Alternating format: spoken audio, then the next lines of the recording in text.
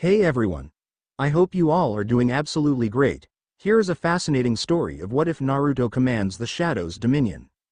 It begins. You think that'll keep me in line, Yondaime? The blonde man nodded. Yeah, I think I will. He was smiling, ignoring the intense pain burning deep within his body. It felt as if his veins were burning from the inside out, his intestines trying to escape from his mouth through his stomach, and it felt as if his fingernails were trying to dig into his hands. A single drop of blood dripped from the corner of his mouth. The man stood in front of his newborn child, his hands outstretched in front of his chest, channeling chakra into the technique that would seal the demon into his own child. And orchestrate his own death, but that didn't matter to him. All he cared about was saving his village. The demon thrashed, trying, in vain, to escape from the threshold of the technique. But both he and the Yondaime knew it was a futile gesture. The Yondaime knew he had him and did not even move to intervene. The beast struggled, its head refusing to go into the newborn's stomach. He roared at the blonde, trying to gather up the last of its strength to somehow do something. Minato just channeled more chakra into the technique. Then the Kyuubi laughed. You forgot something, Yondaime, the Kyuubi muttered. Every other host before him died. What makes him different from them? The nine-tailed beast laughed, its eyes bulging and its tongue lashing out to taste the air before it was sealed for years. I'll kill him just like them. He's no different from them. I'll kill him. I'll devour him alive. I'll tempt him with power and control. Power to destroy. Power to rule. Power to take anything he wants. Geez, you're kind of being dramatic here, don't you think so? The demon narrowed his eyes. No one turns down power. The demon continued. Power rules this world. From power comes conflict, fights, battles and wars. Power is the beginning and it is the end. You are a fool, the demon spat. To think that your freshborn will be any different. Your kid will fall to temptation just like the others. He will fall. He will fall into the black abyss, and I'll take him. I'll take him like I took the others. When I take him, I'll tell him it was his own damned father who sealed me within him. The Yondaime grimaced. He won't fall. He's the son of Namikaze Minato and Uzumaki Kushina. He's the son of two of the greatest shinobi that Konoha has ever produced. He is our son and he'll know right from wrong. He snarled, revealing an anger uncharacteristic of him. My son will win against your temptations and your trickeries. He will not fall into your abyss or offers of power. He will fight against this world using his own strength and nothing else. And you, Kyuubi, will die when he dies, knowing that he will have resisted you for a lifetime. That is what is left for you, Kyuubi, death and a lifetime spent in a cage. A lifetime of a human is nothing to me, mortal. The demon retorted. I've seen how Jinchurikis are treated, even I wouldn't wish that upon my own kids. You are a cruel man and your son will hate you for it. He will damn you for every waking second of his life, cursing his own father. He will crave the strength to destroy those who mock and shun him. Then he'll unleash me and laugh at the ruins. Minato smiled. Not from Konoha, he whispered. Not from Konoha. The Kyuubi was beeped into Naruto, but not before having his last words. You're wrong. Humans are the same, Yondaime. Fire country, water country, lightning country, they are all the same. They are the cruelest and the most evil creatures to ever roam this world. And you've just sentenced your son to a cursed life of a human sacrifice, Minato. Remember that. Minato heard the Kyuubi's last words and took them to heart. He couldn't even retort anything anymore. The Kyuubi was gone and wouldn't hear anything. The Yondaime released his technique and walked towards his son, his steps unsteady. He almost tripped a dozen times. Normally he would have used his trademark technique to appear at his son's side in an instant, but it wasn't possible. Minato was dying and that kind of technique would ruin his body. Each step sent another fresh wave of pain throughout his body, but there was something more important than resting. A small voice inside of him began to whisper, promising relief from pain if only he'd just lie down and close his eyes for a split second. But Minato had heard this voice millions of times before, while in the midst of battle. But like always, and as most men of character that are sentenced to the destiny of a cage does, Minato ignored the voice and refused to give in. He simply took one step after another, focusing on not falling. For if he fell, that would be the end as he knew it. After what seemed like hours, which were actually grueling minutes, Minato kneeled in front of his son. His son, Namikaze Naruto, was in a small crib. The crib was at the center of a ring of complex seals that only the Yondaime could understand. He glanced to the left and saw the dead body of his wife, Uzumaki Kushia, her vibrant red hair now only a dull shade of brown. She had suffered a lot when the Kyuubi was literally ripped out of her, and Minato had been surprised that she had lasted as long as she did. He smiled, a mixture of sadness at her death and being proud of her for living the life of a true shinobi. But the love he held for her was raging within him. He glanced at the village. He reached out a hand to stroke Naruto's cheek. "Hey little guy," Minato whispered, trying not to wake his son. "I'll be going after your mom in a few, so listen up. Remember to eat your vegetables. Your mom hated vegetables, but I'm sure she would have been the Hokage instead of me if she ate vegetables. I wanted to teach you how to throw your first kunai and teach you your first jutsu, but I guess that's out of the picture now." He pointed towards the village. "Why, you're the same age as Fugaku's kid, second kid I mean. Itachi's a very gentle child. He'll take care of you. Also, Kakashi, he's been getting too hooked on naughty books lately, try to stay away from him." Minato jerked, caught in a violent coughing fit. He began to see a swarm of shinobi rushing towards him from the distance. Make lots of friends, Naruto." Minato felt something fall from his eyes. He didn't check to see if it was blood or tears. It didn't matter at this point. His voice turned softer. I know, Minato's voice was softer than it had ever been in his entire life. "I know you'll be cursed at. You'll be beaten, choked, kicked while on the floor, and people will hate you as long as you live. You'll go to sleep alone, in bruises, in the cold and in dumpsters. Our house will be seized or burnt down. People have short memories, Naruto, and fear is the biggest driving force for people to kill one of their own. I have no illusions about how people will treat you. I know I've damned you, my own son, to a cursed life," continued Minato. Then he emphasized each word. "No one," said Minato, "and I mean no one, will ever love you. But I also know that if anyone can overcome it, it'll be you. I was hoping your mom will survive and you'll at least have someone who loved you, but," Minato smiled, leaning on the crib, "that boat sailed. Goodbye, Naruto, and even if no one loves you, remember. I love you, son." And that's how they found their hero. The yellow flash of Konoha, the fourth Hokage, the hero of the village, hailed as the strongest shinobi to be ever produced in the history of Konohagakure no Sato. The one who ended the Third War and the Kyuubi invasion. The one who had saved them all, and the father to the demon. They found him dead, but the smile of victory still clung to his lips. And that's how Naruto's life began. "Naruto, are you ever early for class?" Sorry." The blonde looked at his teacher. His teacher's face was clearly facing the blackboard and he had a chalk in his hand. From Naruto's viewpoint, the only thing that he could see was Iruka's short ponytail and the Chunin vest that he wore. He saw the back of his tan neck and that was it. Naruto squinted, believing for just a split second, only a second, that there must be eyes on the back of his teacher's head. But he found none and found himself strangely relieved. Iruka sighed and turned around facing the unruly blonde. The blonde was wearing a black hoodie and dark navy blue jeans. He had the hoodie over his head, making him seem unruly. His hair had grown out a lot over time, almost reaching the boy's neck. People didn't take kindly to the boy. Last time Naruto had tried to cut his own hair, he ended up having to cut everything off. Ever since then, the blonde grew his hair out. His eyes were hidden by his bangs and further by the hood. He saw the boy's body get smaller, almost into a ball, when his gaze fell on him. Naruto put his hands in his pockets and hunched his back, trying to make himself smaller. He even bent his legs as if he was expecting a blow. He lowered his gaze, not making eye contact. If there was anyone who was as good at turning invisible and showing submission than Uzumaki Naruto, he had not found who it was yet. "Just go to your seat, Naruto," Iruka snapped, "and don't be late next time." "Thanks, Iruka-sensei." Naruto began to go up the stairs to the back of the classroom, in a hurry to escape the attention of his fellow students.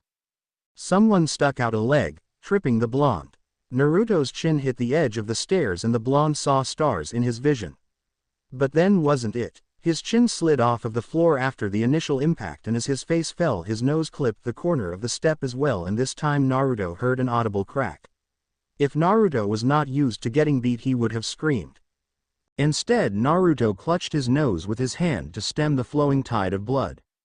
He turned to look whose leg it was. Uchiha Sasuke. With that damned smirk on his face. Some of the kids in the class laughed while others simply looked, uninterested or interested with mild humor. The ones who were laughing were either girls who were in love with the guy who liked to have a duck's ass on his head or the boys who were Sasuke's little cronies. The ones who were watching with mild interest were the other most likely to succeed as ninja candidates, Kiba, Shikamaru, Choji to name a few. Oops.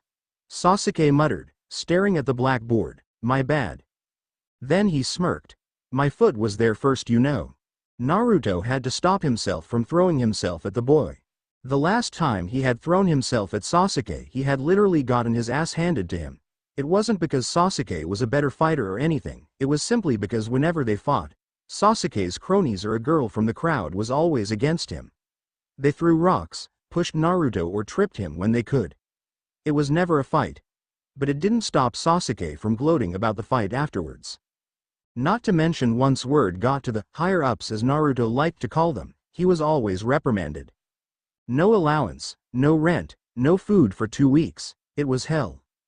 Naruto controlled himself and forced himself to his feet, continuing to walk up the stairs. Coward. Sasuke whispered, just loud enough for everyone to hear. Another ripple of laughter and giggles perpetrated the classroom. Sasuke-kun, someone, whom Naruto knew as Sakura, said in a bare whisper, you're pretty cool. Shaking with anger, Naruto climbed the stairs. Naruto sat down in his seat, all the way in the back of class. He was right behind Shikamaru and Choji. Next to them sat Kiba and Hinata along with Shino. Hinata turned around to catch a glance of Naruto. She squeaked and turned back. His blue eyes shone with eerie light through the shadow of his hood and his blonde hair. But that wasn't what scared her. The sheer hatred and the anger contained within had startled the girl. She had a feeling it wasn't directed at Sasuke either. Kiba peeked at the girl. Akamaru yawned from his foot and the genin reached down to scratch the dog's ears. Akamaru gave a playful nip to his fingers, but Kiba ignored it. He quickly looked away when Hinata squeaked and turned around to look at the board once more. He turned the other way to hide his blush. He had a crush on Hinata starting last week. It happened when he had a sparring match with Sasuke. He had lost, but only barely. He knew it was because they weren't allowed to use ninjutsu, but it had still stung his pride. Afterwards Hinata had come and gave him some ointment. After that Kiba literally had hearts in his eyes. And he was starting to develop a dislike for the blonde whom Hinata had an obvious crush on. Naruto released his nose, knowing that the bleeding had already stopped. He sighed and used his sleeve to wipe the rest of the blood from his face. It was one of the reasons that he wore black, that no matter how much blood got on his clothes and no matter how long he went without washing it, it was always the same color, black. He looked at the blackboard, quickly losing interest in what his sensei was writing and talking about. He looked outside the window, seeing a different class, seeing younger kids scream and run around. Then Iruka said something that caught Naruto's attention. Naruto, Sasuke and Sakura. Iruka said, Team 7. Your sensei will be here in a moment. Iruka smiled at the class. It was great being in a class with you guys. It was my pleasure teaching you guys, one of the most talented individuals that I had the privilege of fostering. Not all of you may pass the genin test that your individual teachers will impose, and even fewer will go on to become chunin, and only a handful will ever attain the rank of junin. But it is my belief that every single one of you in this room has the will and ability to do so. Iruka's smile faded, but the fire in his eyes did not go out. It is up to you and only you, on whether you become a shinobi that is both powerful and respectable. Goodbye everyone, and remember, Iruka concluded, that the next time we meet as equals. With those final words Iruka left the room, which quickly escalated into excited talks and gossip. Naruto watched from the back as the kids began to move seats to seat with their team members. Iruka had explained how important it was to be on the same team. They were now partners and family. They were to entrust their lives to each other in life or death types of missions. They would eat together, train together and in a sense, live life together. Iruka had hammered it into their brains how important the bonds between their genin teams were. A lot of genin teams eventually became chunin teams and even worked together as junins since it was shinobi procedure to work in teams. But Naruto found himself reluctant to walk to where Sasuke sat and Sakura fawned. "Go over there, right now," a voice yelled in his ear. Naruto growled and jerked away, covering a ear. He found the popular girl of the class, a blonde just like him, Ino Yamanaka, standing right next to him, her arms folded over her chest with a seriously pissed-off expression. "What do you care?" Naruto snapped. He was getting pissed off. First he was late to class, then he was humiliated in front of the entire class by Sasuke, and now he was getting yelled at by this blonde. "I do not want to leave Sasuke-kun alone with that pink-haired slut." Ino reached out with a hand to grab the front of Naruto's shirt. The blonde slapped it away. "None of my business, Yamanaka." He turned back to watch the window. Ino rubbed her sore wrist. "Ow, no need to get so physical, loser," she muttered and went back to where Shikamaru and Choji were. Naruto glared after her, retreating back for a split second before turning his gaze to where the Uchiha and the Haruno sat. The situation had not changed from before. The pink-haired Kunoichi was still trying, though in vain, with the Uchiha. Naruto scoffed. They didn't have to wait long for the captains of various teams began to come. First to come was this pretty-looking lady who took Kiba, Hinata and Shino. She spoke in a clipped manner that made Naruto immediately think of her as a strict teacher. She also had an air of no disrespect and foul play allowed in her presence. The next to come was this bearded man calling himself Asuma. He had an atmosphere of wisdom and confidence that Naruto found reassuring. But he wasn't Team 7's teacher, instead he took Shikamaru, Choji and Ino. As they left the room, the blonde girl shot Naruto a quick look of resentment which he ignored. Soon, only Sasuke, Sakura and Naruto remained in the room. "Sasuke-kun, what do you think our sensei will be like?" Sakura asked him with a smile. Sasuke looked at her for a second before deciding to look at something else.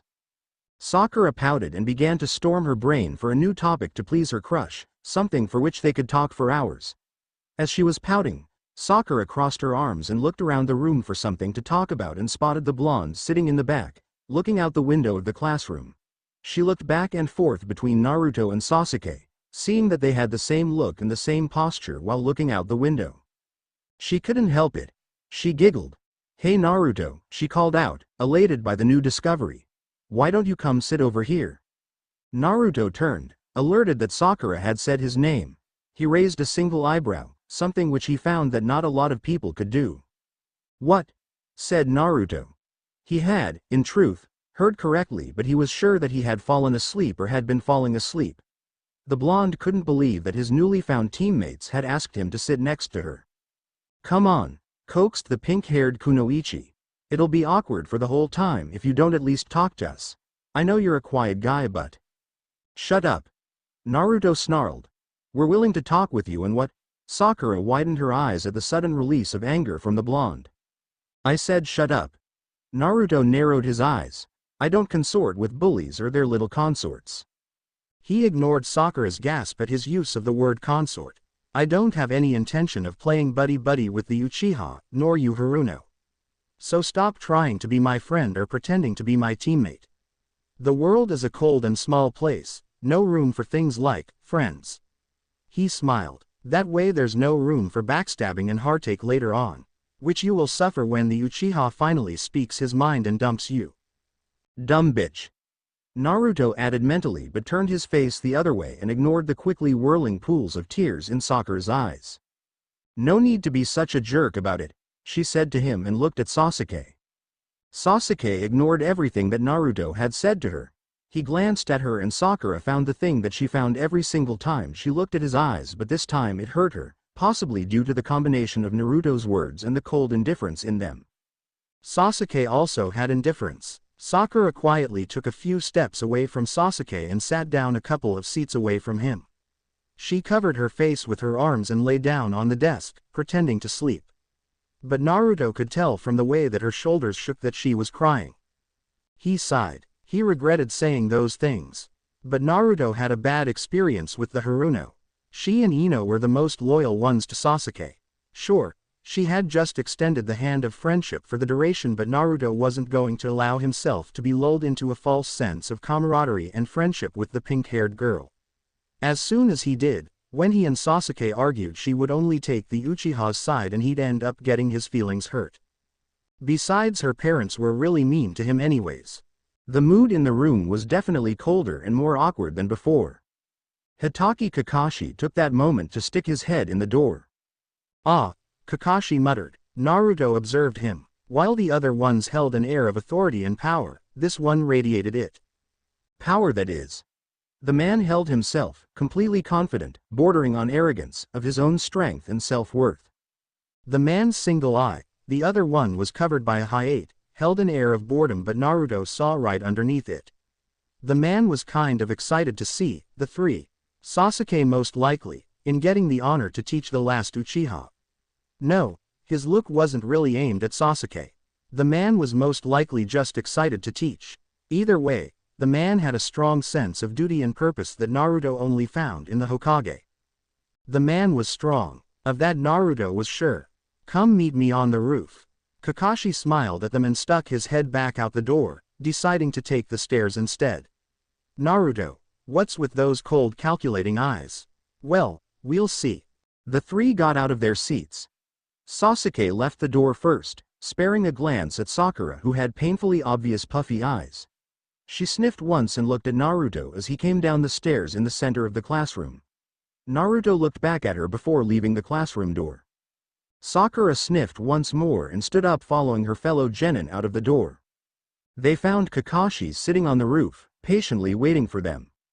He was reading an orange book which he held with one hand, the other supporting the weight of his head by holding his chin. He didn't really look up when they came through the doors, his single eye moving left to right slowly. Sasuke sat down to the right of him and Naruto to the left.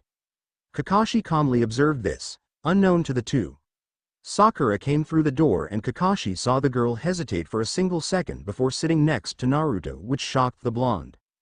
Naruto was spying the cover of Kakashi's book. There was the number 18 in bold red ink within a big circle and a large slash going across it diagonally. Naruto knew what type of book their teacher was reading. He saw a lot of people reading it, mostly men, and once he had been pelted with it. He had read enough of it to know that it wasn't a book for kids, hence the red number 18. Naruto looked into his teacher's eyes, hoping to see disinterest in the book's content, that their teacher was only using it as a smokescreen from them. No, his eyes were completely absorbed and they were almost bulging. "Our sensei's a pervert," Naruto mentally exclaimed. "Great." Kakashi slammed the book shut, which shocked Naruto out of his musings. "Now, can we do a round of self-introductions?" He smiled at them from beneath the mask. "How about name, likes, dislikes, and hobby, future dreams?" He smiled, his single eye turning into an upside-down U, all those good stuff. There was silence. Kakashi nodded Sasuke's indifference towards his teammates. He glanced at Naruto, whose eyes showed nothing but chilling anger. It was different than Sasuke's anger. Both were angry to be sure, but where Sasuke's was a hot boiling anger at the world around him, Naruto's was a chilling madness that lay deep beneath the surface. Sasuke's was like a volcano that was about to erupt. But Naruto's was a deep frozen lake, and Kakashi didn't know how deep it was. He looked at Sakura's puffy eyes. He felt bad for the girl that would have to play mediator between the two for the years to come. Kakashi looked into the air. "Oh Kami," he said out loud, hoping to diffuse to mood and lift his own spirits in the process. "Why did you curse me like this?" Sasuke's head snapped to the white-haired man's face like a hawk locking onto a mouse. Kakashi stared right back and Sasuke broke it off first, looking down. Naruto looked at Kakashi like he was studying an interesting specimen, one eyebrow raised. Kakashi already found that single eyebrow raised to be annoying. Sakura giggled a bit. At least one person's a bit normal, Kakashi thought. "Would you like to go first, Naruto?" The blonde blinked. Kakashi was staring at Sakura. "She's obviously Sakura." Naruto piped up. "It was just a joke," said Kakashi. "Jeesh," trying to lighten the mood. "Come on guys, lighten up." "So would you like to go first, Sakura?" Sakura nodded. "I'm Haruno Sakura. I like being a shinobi, I guess." Kakashi and Naruto caught the glance that she shot towards the Uchiha. Something he did pissed her off. Kakashi looked at Sasuke. Oh, just wait till she gets stronger, Sasuke, you'll regret crossing her. I dislike stupid people, I guess. Or loners. This time she shot a quick glance at Naruto. Oh, Naruto helped him. Wow, teamwork in the wrong direction already. My dream is to. She hung her head. I don't really have a dream. Sasuke. Sasuke glared daggers at the older man, but it didn't work. He sighed and began. Name's Uchiha Sasuke. I like nothing. I dislike being weak or weakness of any kind. My hobby is training. My dream is to. Sasuke hesitated. I have no dream. I have an ambition. What's your ambition, Sasuke-kun? Sakura asked despite herself. That's the first time Sasuke had revealed so much about himself. Sasuke glared at her, and this time it worked. Kakashi calmly looked at Naruto. Sakura followed, and even Sasuke turned his head, curious as to what the dead last of his class would say. Name's Uzumaki Naruto. The blonde began. He shrugged. I like strength. I dislike bullies. My dream, he smirked. My dream is to become Hokage and change this village. Change this village? Kakashi repeated with a frown. Naruto nodded. Change this village. What do you mean? Sakura asked, genuinely curious. We can get to the details later, Kakashi interjected. But I regret to inform you that you guys are not genin yet. Sasuke and Naruto's heads snapped to attention, their backs suddenly straight. Ah, thought Kakashi. I finally have your full attention. Kakashi cleared his throat and continued speaking. Tomorrow, at 10 o'clock sharp, I will test you all three on the requirements to be a genin. He locked eyes with each of them, putting emphasis into his words to make them take his next words seriously. If you fail, you fail. Not only do you fail, you are kicked out of the ninja program. Mark my words, in my 5 years of teaching, not one team has passed my test. Sakura gulped. Sasuke looked pissed off and Naruto simply looked mildly surprised. I'm already finding this to be a repetitive pattern. Kakashi's sweat dropped. I hate patterns, he whispered. What? Sakura asked, her eyes already full of fear. Nothing. Kakashi tried to smile reassuringly, but Sakura just looked more scared. See you guys tomorrow then. With those words as his farewell, the one-eyed shinobi puffed into smoke, disappearing from existence. The three were left alone once again. Guys, Sakura told them. We have to do something or we're going to fail. That guy's crazy. I don't care. Sasuke made a motion as to get up. I'll pass on my own power. You two can fail for all I care. Naruto's foot bumped into the Uchiha's chest, forcing him to sit back down. Sasuke's temper flared up and he looked right at Naruto, his eyes wide and absolutely livid with fury. Naruto stared right back, his hood still over his head and his blue eyes chilling Sasuke's fire with a coldness that shone right through his bangs. Sit down, Uchiha. Naruto spat the name like a curse. I don't want to work together with you any more than you want to with me, but this is serious. Our opponent is a Junin. He didn't say anything about the test, Sasuke growled. We don't even know how he's going to. He will. Sakura interjected, her voice sure. I'm sure of it. The way he said he's going to test us, we're going to have to work together. Sasuke took a sharp intake of breath then exhaled. So what? You want us to start devising team jutsus or something right now? Get real, the test is tomorrow. I'm leaving. He tried to stand again. Naruto's foot forced him back onto his butt again, rougher than before. Sasuke rushed forward, taking out 2 kunais in the blink of an eye. Before Sakura knew what was going on, Sasuke had both kunais right next to Naruto's neck on either side. He had his teeth bared in a snarl, his eyes on fire. On the other side, Naruto sat coolly, leaning back, his foot on Sasuke's chest and one arm in his hoodie pocket. The other one was holding a kunai, its point right on Sasuke's Adam's apple. Naruto smiled as Sasuke snarled audibly. Do it, Uchiha, Naruto whispered. I assure you it won't end like last time. Sasuke leaned forward. He felt the kunai stab a bit deeper into his Adam's apple. Naruto smirked. Sasuke backed off just as fast as he had rushed forward. He crossed his arms and sat down on his chair again. Count yourself lucky, Uzumaki, We have a test together tomorrow. He inserted both kunai into his holster near his butt. Naruto played with the kunai, spinning it around in his palm, not by the ring on its handle but by the handle itself, and then put it back on the holster on his thigh. Then he turned his gaze back to Sakura. What do you propose? It was a statement, now a question. What? Sakura asked in shock. Why you're asking me? Naruto sighed and rolled his eyes. I'm not going to listen to what he says and he's not going to listen to what I say. He pointed in her direction. You're the only one who can order us around. Sakura nodded, seeing the logic in his words. But mark my words, Pinky, Naruto whispered. If you make stupid plans, I'm going solo. Sakura gulped.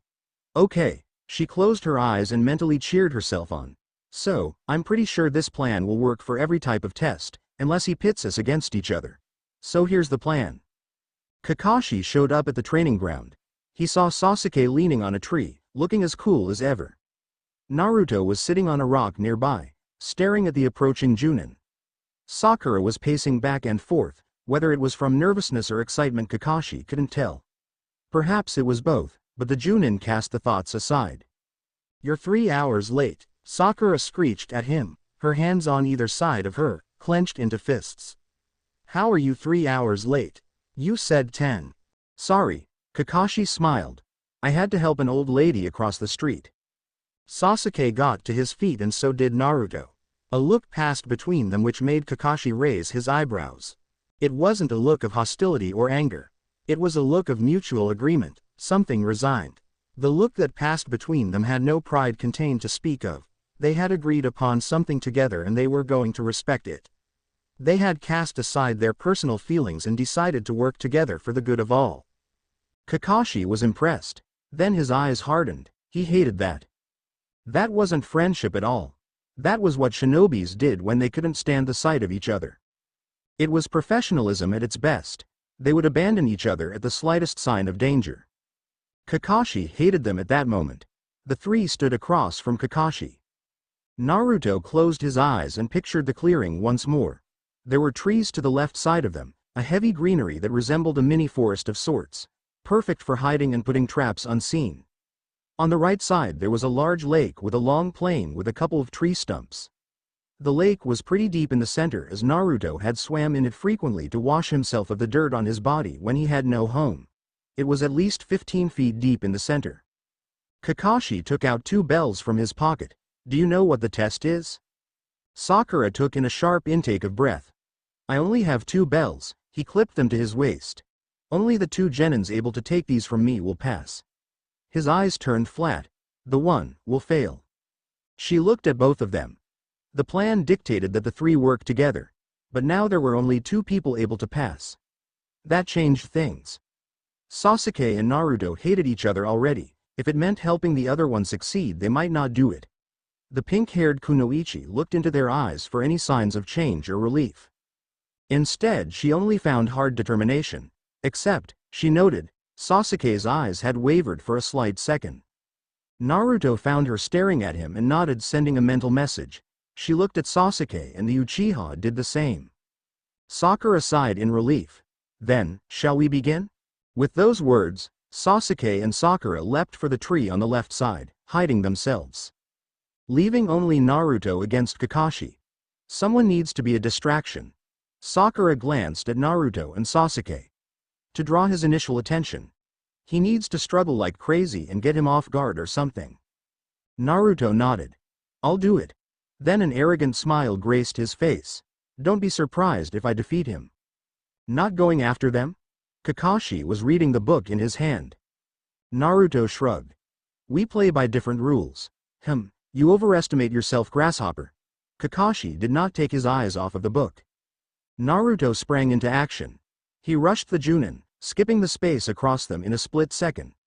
Kakashi's single eye widened for a split second, impressed but quickly turned emotionless again. Naruto spun once, launching a sideways kick which Kakashi batted away with his hand. Naruto then leaned into Kakashi, punching 3 times with each hand in quick succession. The Junin batted each strike away with his hand, never taking his eyes off of the book. Naruto raised a single eyebrow, quickly thinking. One hand each. He thought, Then what about this? He punched with both hands. Kakashi bent low to the ground, both of his legs going behind him. He thrust out his arm in front of him, bent at the elbow as if it was in a cast. One fist struck Kakashi's elbow while the other struck the back of Kakashi's own fist. Kakashi smiled beneath his mask. Pretty creative. Naruto's foot spun from the side, arcing downwards towards Kakashi's face in an axe kick. Kakashi quickly backed away with his face, dodging it by millimeters. He actually felt the air from Naruto's kick brush by his nose. Kakashi's eye widened once more in shock this time. He had seen Naruto's simultaneous punch thinking that it was creative. Obviously Kakashi couldn't block both of Naruto's punches with one hand, but he had. Naruto apparently had thought ahead as far as this, adding a kick into the equation. If Kakashi didn't have a blind spot and was less used to detecting these types of things, that kick would have landed. But Uzumaki Naruto's attack did not end there. The bend of Naruto's knee caught on Kakashi's arm, which was used to block the two punches. Kakashi's eyes widened. Naruto brought down Kakashi's arm with his leg, thrusting himself forward. Sasuke and Sakura took a deep breath in shock. The orange book landed on the ground. Naruto smirked. Kakashi's arm that had blocked the initial strike had been brought down by Naruto's leg. He could have tried to block Naruto's strike with the first arm, but he had a feeling that the blonde would have immediately adapted and done something else to cancel Kakashi's block. So Kakashi did the only thing reasonable, which was to drop his book and use that arm to block Naruto's headbutt. So they stood there, Kakashi with his arm on Naruto's head, blocking his headbutt, and Naruto standing there, leaning on Kakashi using only his forehead. What kind of unorthodox fighting style is this? Kakashi glanced at his book, which lay on the ground a couple of feet away. This is more like street fighting than the standard academy taijutsu. What's up with this kid? Naruto backed up a couple of steps, taking long skipping steps. He rubbed his hyatt with his hand. I was 100% sure he was going to at least take one hit. He glanced at the orange book lying on the ground a couple of feet away, feeling a fierce feeling of satisfaction well up within him. Okay, one more go. Then Naruto rushed Kakashi once more. Kakashi readied himself. Naruto turned his body at the last second, skidding along the ground, his right shoulder facing Kakashi. He lashed out with a kick towards Kakashi's chest. The man batted aside. Naruto followed up by leaning in and stepping forward with the same leg, throwing a punch with each arm in succession. Kakashi batted those away as well with his palms, each time hitting Naruto's wrist. Then Naruto spun using his front leg, his leg coming from behind to strike Kakashi. Kakashi grabbed Naruto's ankle. Who taught you how to fight, Naruto? Asked Kakashi, his eyes serious for once. What Naruto was displaying was a taijutsu skill beyond genin level, close to higher chonin and possibly even low junin. If Naruto knew how to channel chakra into his strikes or even had greater physical strength, Kakashi was pretty sure he'd be having a lot harder time. The blonde didn't answer. He flipped backwards, his other leg coming dangerously close to Kakashi's chin. The Junin released the genin, who somersaulted backwards, landing with his feet on either side of him and one hand on the ground. Kakashi had blocked the kick by crossing his arms in front of him. Naruto found that he was breathing hard. He narrowed his eyes. Naruto, Sakura asked, her eyes full of concern. Are you sure you can distract him by yourself? This is an important part of our plan. We can distract him together. Naruto shook his head. I can do it myself. Sasuke glared at him. You better keep your word, Dobi. Naruto's head locked onto Sasuke, facing him eye to eye. Sasuke flinched in shock at the sudden movement but managed to remain still. I always keep my word. Naruto opened his eyes, noticing that he had closed them while reminiscing. Kakashi had not moved while Naruto had been remember. The blonde berated himself mentally for his mistake, and as if on cue Kakashi voiced this as well. If this was a real battle, Kakashi began. Naruto lowered his body to the ground, getting ready to rush his teacher once more. Kakashi readied himself. Naruto kicked off of the ground, sending himself hurtling towards the white-haired Junin. He always starts off with a kick, thought Kakashi, staring at the blonde genin approach him with surprising speed. He readied his arm, preparing to block. I'll grab it. Naruto was right in front of Kakashi and he did not slow down at all. Naruto began to turn sideways, seemingly in slow motion to Kakashi, preparing to kick. Kakashi reached out with an arm to block Naruto's foot. Then Naruto ducked underneath it. Kakashi's eye widened. That kick was a feint. His plan was to make me try to block him and create a blind spot by going underneath my arm. The bend of Naruto's knee wrapped around Kakashi's arm. Naruto used that arm as leverage, bringing him body up towards Kakashi, fist raise. Kakashi used his other arm to block the punch. Then instead of punching as Kakashi thought Naruto was doing, Naruto opened his fist and locked grips with Kakashi, a wicked grin on his face. Then he brought up his other leg and put the bend of his knee on Kakashi's neck. Naruto still had one arm free. Naruto lurched his body backwards, his hands going for the bells on Kakashi's waist. The Junin jerked his hips backwards, keeping his torso in the same place. Naruto felt the bells touch his fingertips and bit back a curse. Now, Sasuke and Sakura leapt out of the clearing. Kaden. Gokaku no Jutsu. Fire release. Great fireball technique. Sasuke formed hand seals foam behind Kakashi and put a hand to his mouth and blew. From his mouth came an orb of fire, about 8 feet in diameter, heading towards Naruto, who was tangled with Kakashi. Kakashi felt the heat approaching his back. He tried to move his hands to form hand seals only to realize that one hand was locked in grips with Naruto, and his forearm was in between Naruto's thigh and calves. Kakashi looked into the blonde's blue eyes. Naruto's hood had fallen off while he had jumped on Kakashi, revealing a long mane of blonde hair. His bangs were off of his forehead, being swept backwards from the wind caused by the heat of Sasuke's technique. His blue eyes stared straight into Kakashi's black. Kakashi rapidly pumped chakra into his legs, feeling the back of his Chunin vest becoming hotter by the second.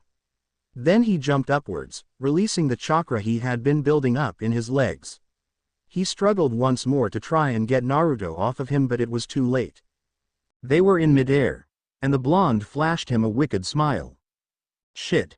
The blonde jerked backwards once more, his remaining hand trying to grab the bells on Kakashi's waist. Kakashi freaked out and sent his hips backwards once more, getting the bells out of Naruto's reach.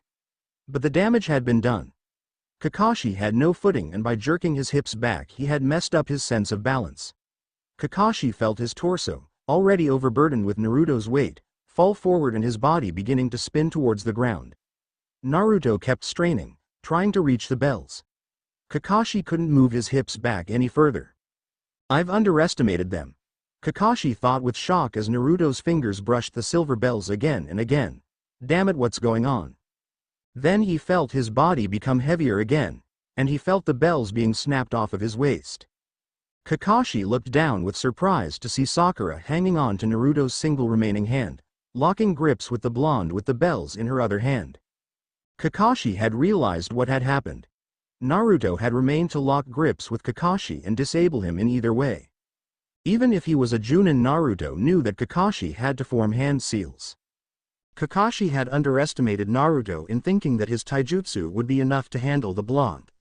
If it was a real battle, Kakashi could have killed Naruto numerous times. Naruto had no chance of killing Kakashi or defeating him, but that wasn't the point. Naruto didn't even need to get the bells in this case because that wasn't his mission. Naruto only needed to occupy Kakashi long enough to disable at least one arm, preventing him from using ninjutsu or genjutsu of any kind. Then it was Sasuke's turn to use a ninjutsu powerful enough that would make Kakashi evade it, not block it. It was the perfect type of role for Sasuke, who was proficient at fire jutsus. Kakashi couldn't block fire with his bare hands no matter how much chakra he poured into his body. Also, Naruto had used Kakashi's sense of responsibility against him. Kakashi couldn't just protect himself and leave Naruto to burn. He needed to find a way to save both Naruto and himself. In that case, Naruto had almost forced Kakashi to jump. While in mid-air, Naruto jerked backwards, forcing Kakashi to lose his balance. Kakashi's body tumbled into a roll, sending him into a panic. It wasn't really panic for himself. He'd fallen from higher places before, but the fact that Naruto was falling head first had scared Kakashi for a second. That and the fact that they were spinning while in mid-air had created numerous blind spots, not that Kakashi was paying attention to anything else. Then it was Sakura's turn. There was no way she could grab the bell while they were spinning in mid-air like that.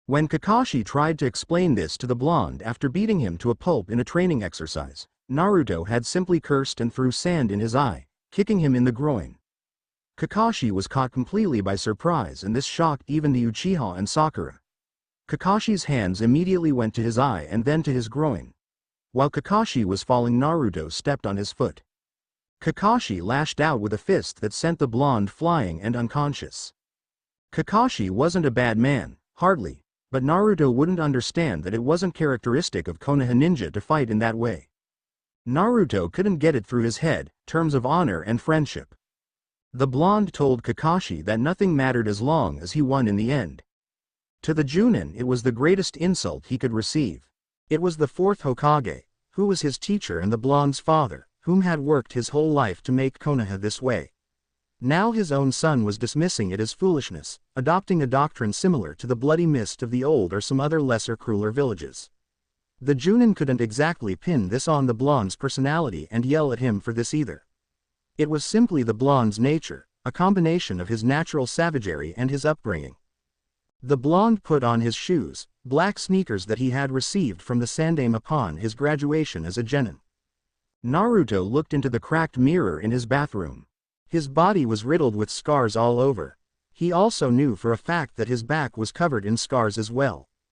He looked at his reflection in the mirror, remembering taking his shirt off of his teammates. Sakura gasped softly. Naruto turned around, glancing at her for a brief moment before seeing shock in her eyes, not admiration. He had thought that she was just happy that Sasuke took off his shirt in her presence, or that she was shocked that the boys were taking off their clothes. But the shock, the horror in her eyes combined with the fact that when her green eyes met his cerulean blue, she looked away in fear. Sakura couldn't believe the amount of scars on Naruto's back. Also, when Naruto had turned his face to look at her for a brief moment, she had seen an equal amount of scars, if not more, on his chest and stomach. There were cuts, rips and even burned scars mixed on his back. She knew what type of scars they were because it was standard academy rule to teach what type of wounds caused what types of scars. If Sakura wasn't wrong, Naruto had a scar of every type on his back. Sasuke peered from the corner of his eyes, shocked at the amount of scars on his teammate's body. They weren't like the scars on his hands, which were from endless amounts of training. The scars on Naruto's body was different. They were not calluses from training or scars caused by razor-sharp ninja tools. The scars on his body were caused by blunt objects like sticks, blades such as pitchforks, kitchen knives or even shovels. Most of his scars consisted of burns and rips. Rips from skidding along the floor, being slammed into walls and being hit with sticks. Burns from fire, from being hit with frying pans hot with fire and... "What are you two looking at?" Naruto snarled. Sasuke couldn't even bring up strength to argue. He simply looked away. Sakura just had her mouth covered. Kakashi watched this with his arms crossed in front of him. "Naruto." Something in his tone made the blonde look at Kakashi. "Calm down." Naruto turned back to the log in front of him. Kakashi was teaching them how to channel chakra into their fists and kicks, which would strengthen it. They had been at it for hours. Until one of them was able to even create a crack in it, no one would be able to leave. Sasuke and Naruto had gotten so soaked in sweat that the two had decided to take their shirts off. Naruto, more self-conscious of his body than ever before, closed his eyes and channeled his chakra into his right foot. He felt a warm sensation start to go down his foot, tingling from his thighs to the tips of his toes. Naruto had gotten to this point before, but the trick was keeping the chakra in the foot and strengthening his muscles and not lose it as he moved it. Naruto thought of all the times he had been beaten and cursed at and spat on. He channeled that anger, feeling something dark take form within him. He imagined all the faces, all the voices, all the curses and all the smell as he was chased through dark alleys. When he was afraid to go to sleep because every night drunkards would come in and beat him. When they would say bad things about his dead parents. When they whispered things to him, calling him things like monster, demon, or freak. Naruto channeled all those things. Kakashi frowned. Sasuke and Sakura were back to their own tasks, ignoring Naruto, who was staying completely still. So they missed the thing that Kakashi was looking at. Naruto's right foot was glowing with chakra, black chakra. With a yell, Naruto turned on his foot, bringing down his heel on the log in front of him in an axe kick. The log had a diameter of at least 5 feet. Thankfully, it wasn't much taller than 3 or 4. It was a training exercise that Kakashi had seen his rival, Maida Guy, do often in the past. Guy would beat it over and over until he could obliterate it with a single strike. This was actually done by Guy when he was a Chunin. It wasn't possible for Genin, unless they were geniuses or possessed monstrous amounts of chakra for physical strength, to break it as Guy had. Kakashi didn't expect his students to break it at all. He expected a crack in it at most but was expecting nothing. He just wanted to strengthen his students and for them to get the concept of moving chakra in their body. But Uzumaki had obliterated it with a single strike, sending pieces of it flying in 4 directions. Naruto was breathing hard and Kakashi blinked, wondering if the black chakra had simply been in his imagination. The blonde was clutching his leg, glaring at nothing. Sakura stared in shock and Sasuke in shock as well. Then grimacing, Sasuke went back to hitting the log. Naruto looked at Kakashi. "Can I go home now?" Kakashi nodded. "Everyone's dismissed." Sakura collapsed from where she stood, lying down. They had been at this for the last 6 hours, seeing the sunset and now training in total darkness. Kakashi smiled. "Don't worry, we'll do this again tomorrow." Naruto wasn't listening. He simply put his shirt on, hiding the scars from sight again. "I'll be going then." With those words Naruto left the clearing. Sasuke picked up his clothing and left as well as Sakura, who was pretty much the only polite one in the whole team. Kakashi began to walk home. So in the end, Naruto was the one to do it. Sarutobi was working on some paperwork, his face down. In actuality, he wasn't signing things. He had an edition of the latest Ika tactics hidden beneath the pile of papers. While someone from the other side of the desk would see Sarutobi smiling with age and wisdom, content with life as a man of his age should be, those who knew him better saw it as a perverted grin. Even this was taken care of as Sarutobi kept his hat tilting forward just a bit to hide his face in shadow so that whoever would come in wouldn't see his grin. He was taking no chances. There was a knock at his door. The Sandame sighed. He had been expecting this. "Come in." The Junin who walked in had been, true to Sarutobi's guess, Hatake Kakashi. Kakashi was a talented shinobi and newly appointed teacher of Uchiha Sasuke, Haruno Sakura and Uzumaki Naruto. Sarutobi had debated putting the Uchiha and the Uzumaki on the same team. The decision had fallen to him to plan the teams. He didn't want to put Naruto with a bunch of talentless whelps who would most likely drop out, but neither did he want to place Naruto near others like the Hyuga or the Abarames. Finally, the Hokage had decided to put Naruto with Uchiha and Haruno. A lot of other people had opinions about this, preaching words at him like, security risk, time bomb, or, safety threat to the precious Uchiha. There was a simple reason for placing Naruto with the Uchiha and Hyuga. All 3 of them were alone. With the Uchiha massacre couple of years ago, Sasuke was the sole heir and member of the Uchiha clan. Haruno Sakura came from a clan that wasn't really known for their shinobi prowess. Sakura was an outcast because she was the first one of her family to become a shinobi. Uzumaki Naruto was alone because, well, he was alone because the whole village was against him. So he put them together hoping that the 3 would form bonds that were more than simply teammates. If he knew how much Kakashi would be disappointed in Naruto and Sasuke, he would not have put them together like that. His son, Asuma, had commented on a very drunk Kakashi talking about a very specific something being a disgrace to the 4th Hokage.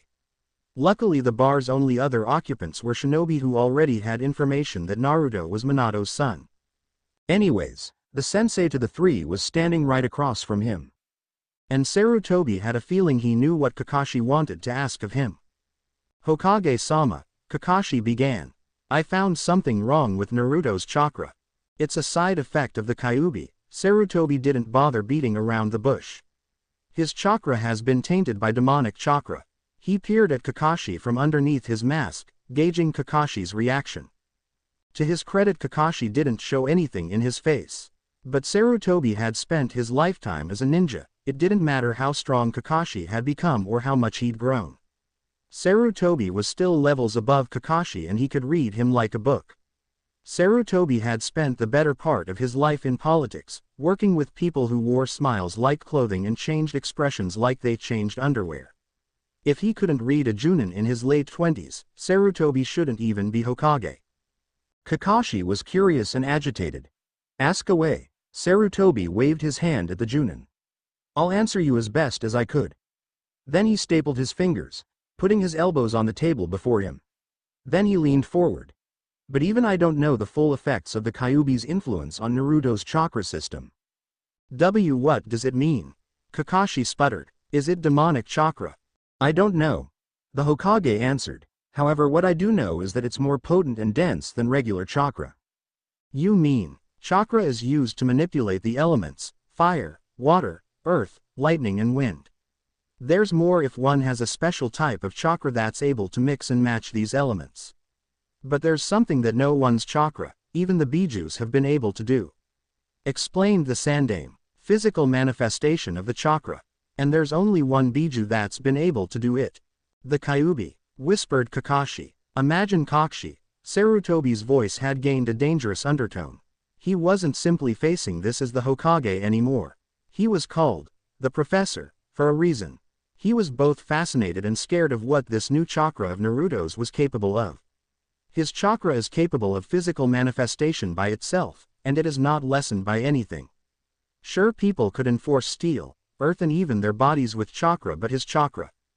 It's like a cage bunshin technique, Kakashi muttered. Only possible because of the fox within Naruto. The Sandaime muttered. He looked at Kakashi, reading the man once more. Kakashi seemed to be thinking.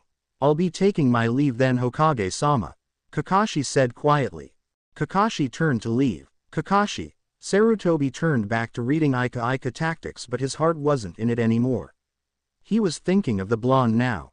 He's a good kid, Kakashi. Take care of him. Something dangerous entered his voice. Understood. Understood, Hokage-sama. Kakashi came to the gate where he was supposed to find his students waiting for him to find absolute hell. Sakura was off, sitting on a rock crying her eyes out. She had a large wound on one side of her cheek. Her bag was next to her, ripped open and all her supplies strewn across the ground. Kakashi didn't even care that most of them were cosmetics, not shinobi gear, but he found himself getting more and more annoyed at his supposedly cute little students.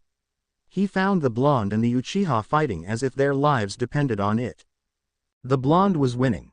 Naruto skidded across the ground, spinning sideways and launching a kick towards Sasuke.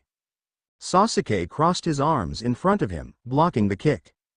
Naruto spun once more and kicked. However, this time he was much closer to Sasuke than before. Also, instead of kicking straight forward like he did previously, his leg spun in from the side. The bend of Naruto's leg, the leg he was kicking with, hooked around Sasuke's arms, which were crossed in front of him. The Uchiha couldn't resist the pull of Naruto's leg and felt his arms go down and with it his guard, leaving his face and chest exposed. Naruto continued with the spin and with his other leg, slammed his shin into the side of Sasuke's face. Sasuke sputtered, spitting blood and skidded across the ground sideways. Naruto didn't give the Uchiha any moment to recover. He rushed him again. How does it feel, Uchiha? Naruto whispered, his face right in front of Sasuke. To fight me without any of your cronies around. Then he kicked Sasuke's heel, sending the Uchiha falling over backwards. Naruto reversed his momentum, punching Sasuke in the chest. At the last second, Sasuke put his guard up, crossing his arms and taking the punch on his forearms instead. Sasuke fell to the ground on his back, but his guard still up. Naruto didn't take his fist off of Sasuke's arm after punching him. Instead, he pushed harder and fell with Sasuke. He growled at the Uchiha, obviously angry. Both of you stop it right now. Naruto and Sasuke barely registered the owner of the voice as their sensei and team leader, Hitaki Kakashi. They just stared at each other, trying to overpower the other. Right now, Kakashi yelled. At that, the two stopped and looked at Kakashi. Naruto got off of Sasuke glaring, and Sasuke sat up, glaring right back. What's wrong with you two? Kakashi had Sakura in his arms. What happened here? Naruto sat on a rock waiting for Kakashi. He glanced over at where Sasuke was sitting. Sasuke, as usual, was brooding. Sakura sat next to him, coiling her hair around one finger, eyeing the Uchiha coyly. Naruto usually wasn't interested, but today the Uchiha seemed to be in a fouler mood than normal. No matter how much Sakura talked or how soft her voice got, Sasuke was ignoring her. It was sad to watch from the blonde's standpoint. "Come on, Sasuke-kun," Sakura muttered. "Don't you think the heat looks really nice on my hair like this?" she said with a shy smile. Sasuke made a vague noise, varying from agreement to a groan. Naruto wondered what Sakura saw in the Uchiha. Sure, the Uchiha was good-looking, but he never paid any amount of attention to the pink-haired Kunoichi. Didn't she get sick of him? Naruto wondered why she liked a guy who openly detested her so much. To him it was comparable to being nice to the villagers who for so long have openly despised him. He was beginning to wonder if she was a masochist. Sakura just sighed and began to look for another object to talk about or occupy her interest. She found Naruto looking at the two. For a second she wasn't sure if Naruto was looking at them or not because his eyes were covered by his bangs and from the shadow of his black hood, which was kept up permanently.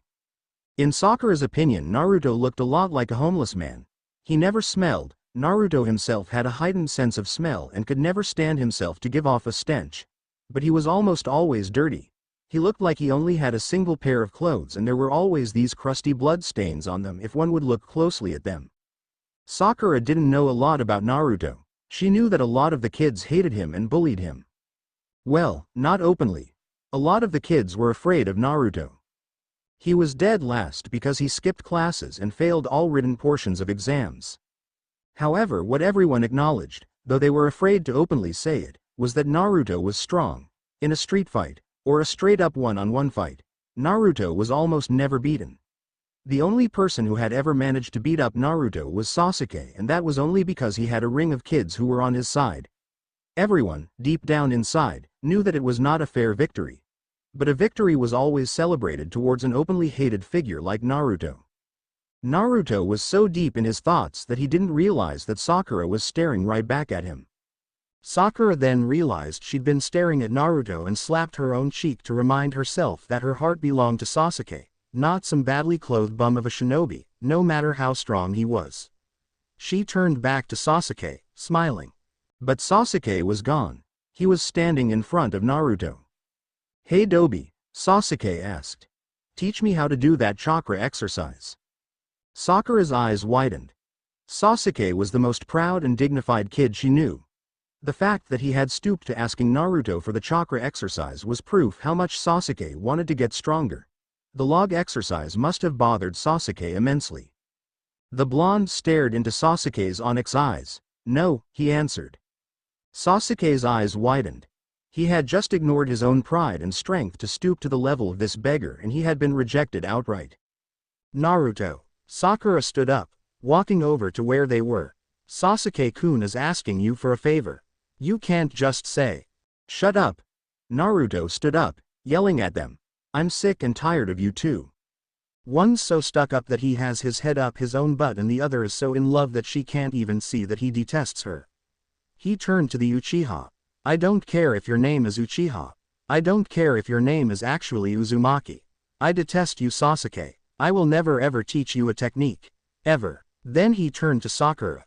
"Stop talking to me, you weakling. Don't play ninja to fulfill your first love storyline. It's not a game."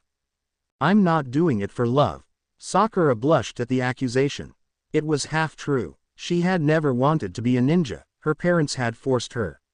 Then when she met Sasuke, she decided to go after him and become a kunoichi worthy of him. "You don't know anything, and Sasuke-kun does not detest me." She approached Sasuke from the back and put a hand on his arm. "Sasuke-kun, say song." Sasuke elbowed her in the face, not realizing what he had been doing. He was just moving his arm to get Sakura off of him. He never even spared her a glance. He was glaring at Naruto. "Get off of me." Sakura did get off of him, falling backwards and ripping her bag on the ground. There was a large welt on her face. She began to cry. Naruto looked at her, feeling a bit of remorse for his words. "Hey, that was a bit harsh, don't you think?" Sasuke didn't answer. He punched Naruto in the face. The five were walking together. As punishment, Kakashi had made Sasuke, who had made the first strike, to carry Sakura's bag. "Naruto, as punishment, was forced to carry Kakashi's bag. Sasuke sent a look of resentment towards Sakura, but it hadn't hurt the girl as much as he expected it to. She wasn't even looking at him at the moment. Naruto just bore the burden without complaint, his eyes obscured beneath his bangs. Tazuna watched all this with a suspicious eye. Tazuna was a fit man, though very aged, with a beard around his mouth. His hair was graying with age, but there was a healthy sheen to his skin. The man's steps were sure and strong, his skin taut and leathery from his time underneath the sun. The man was wearing a sleeveless V-neck shirt and a large backpack. He had a pointy hat on his head that kept the sun out of his eyes. He had not said much since the meeting except look between Naruto and Sasuke, the ones who had fought right in front of him and Kakashi. The Junin was in a pissed-off mood and Tazuna did not want to be the one to light the fuse. Likewise, he did not want to light the fuse for Sasuke or Naruto either. He had asked Sakura if she was okay. He was answered with a sniffle and a sobbing, muffled answer that he assumed was okay. She was a shinobi after all. She should be strong. Sasuke was furious. I lost, that was clearly my loss. He shot a glance towards the blonde who was carrying the bags, an annoyed expression on his face. The Uchiha recalled when Kakashi and Naruto had fought for the first time. Kakashi seemed shocked and impressed. Naruto was definitely stronger than him in terms of simple ninjutsu. That wasn't for lack of trying though. Sasuke, in their previous battle, had tried desperately to gain some distance so that he could have time to form hand seals for a Kaiden jutsu, or a Bunshin jutsu, or at least even the time to throw a shuriken.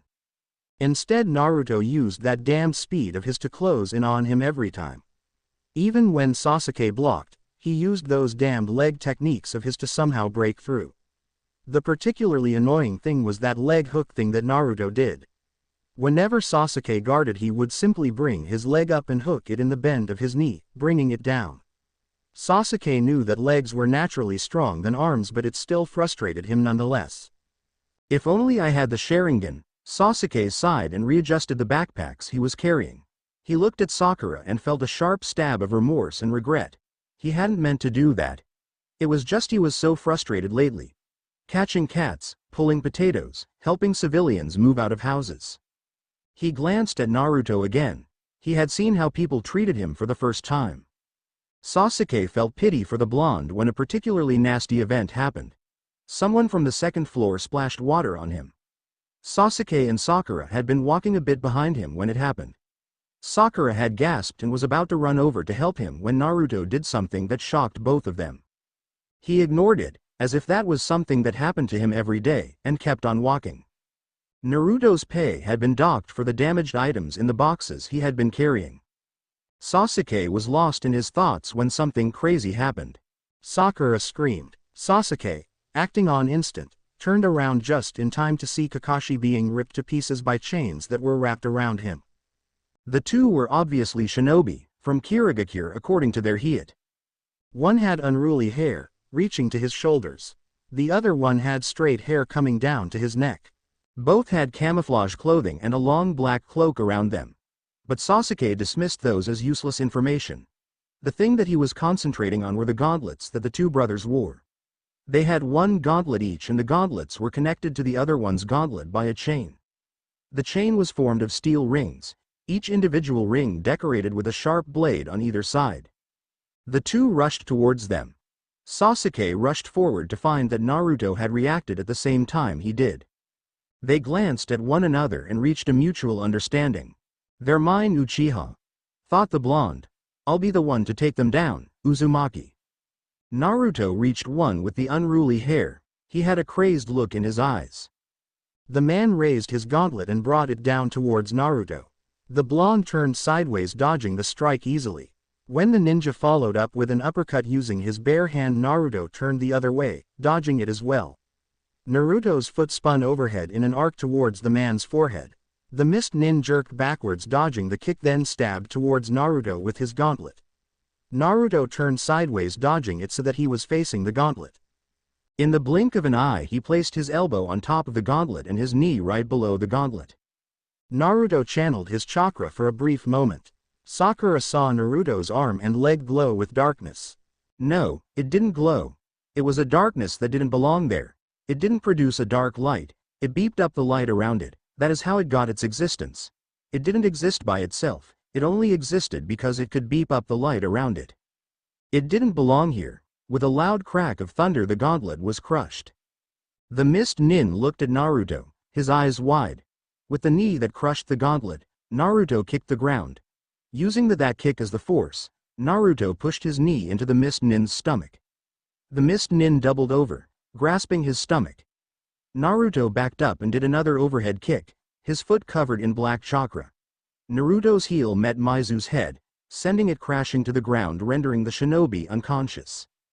Naruto looked over at Sasuke. When his opponent stabbed forward with the gauntlet, Sasuke grabbed it. He used it to jump sideways, on the outside of the Mist Nin's available view.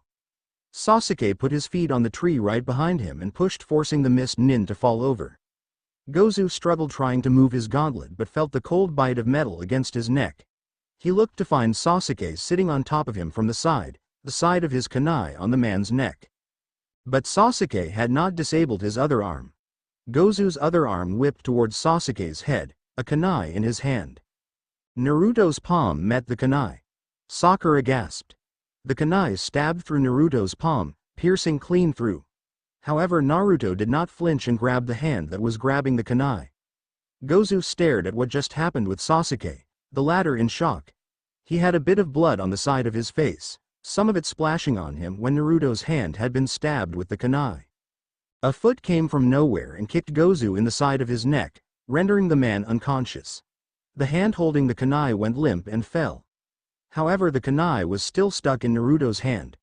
The genin locked gazes with Sasuke for a bare second before walking away, taking the blade out of his hand and moving towards his backpack. Sasuke looked up and found that it was Kakashi who had kicked Gozu. Good job, Sasuke. There was something in Kakashi's eyes that told Sasuke that the words were heartfelt.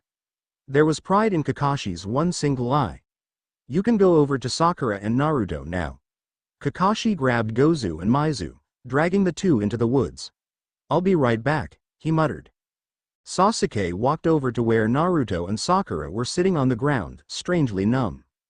Naruto? Sakura asked, genuine worry and concern in her voice. Are you okay? Naruto looked at her, his eyes hidden by his blonde bangs and the shadow of his hood. He seemed surprised by the question. I'm fine. Sakura sighed and watched as Naruto began to rummage in his backpack. Move over, she pushed him aside, taking his bag from him. Naruto was having a difficult time opening it using his teeth and only one hand. The blonde shrugged. What are you looking for, Naruto? Naruto held up his hand. Oh. Right. Sakura muttered, rather bashful. She looked in his bag, finding some disinfectants and a roll of bandages. Give me your hand, she told him. Naruto obeyed. As the kunoichi began to disinfect the rather large stab wound on Naruto's hand, the four descended into silence once more. Sasuke stood behind Naruto, watching the process. Tazuna watched, though he seemed to be deep in thought. Why'd you do that for me? Sasuke suddenly asked. Naruto looked at the Uchiha. Sakura was too absorbed in wrapping Naruto's hand in bandages. Do what? Naruto asked, tilting his head quizzically. You know. Sasuke looked away, embarrassed for the first time in his life. He had just had his life saved by someone his age. He could have died if Naruto had not done naught. It wasn't just that. Naruto could have grabbed the man's wrist or slapped it away.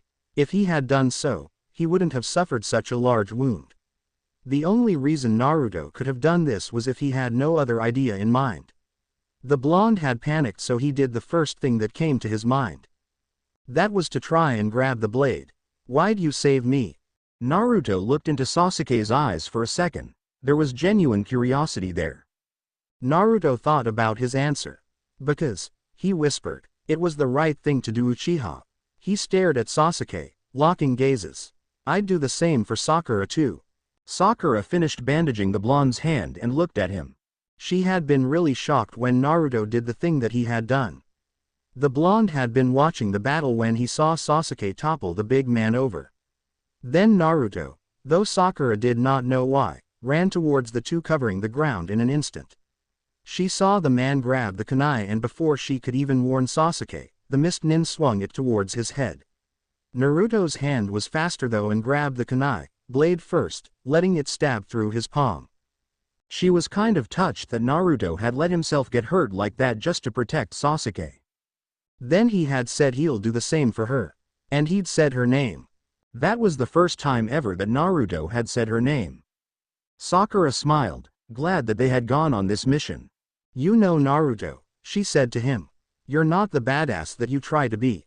Naruto looked at her, no emotion in his face. You're just a softie inside, aren't you? She said, smiling. Naruto opened his mouth to say something. Sakura had an ominous feeling it was going to be something sharp that was going to ruin the mood. Right on cue, Kakashi stepped out from the woods. Well, we're in quite a predicament. The three genins looked at Kakashi. Sakura sighed, glad that she didn't hear whatever was about to come out of the blonde's mouth next. Kakashi turned to Tazuna. Tazuna-san, tell me, why did you not tell us that you are being targeted by shinobi? Tazuna kept silent. Kakashi nodded. That's that then. Come on kids, we're going home. What? Sakura whispered. Why? Tazuna-san here. Kakashi gestured at Tazuna. Has only paid for a C rank mission. However, there are other countries shinobi out to assassinate him. Those two you guys just faced. Kakashi jerked a thumb towards the woods behind him. Were famous assassins known as the Demon Brothers.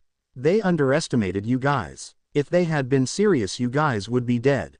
But the fact is, we're going to face other shinobi. That means this is at least a B rank mission. I'm not putting you guys in danger. Sensei, said Sasuke, we want to do this mission. Kakashi looked at Sasuke. Anyone else? Me too. Sakura piped up. I finally feel like we're a team.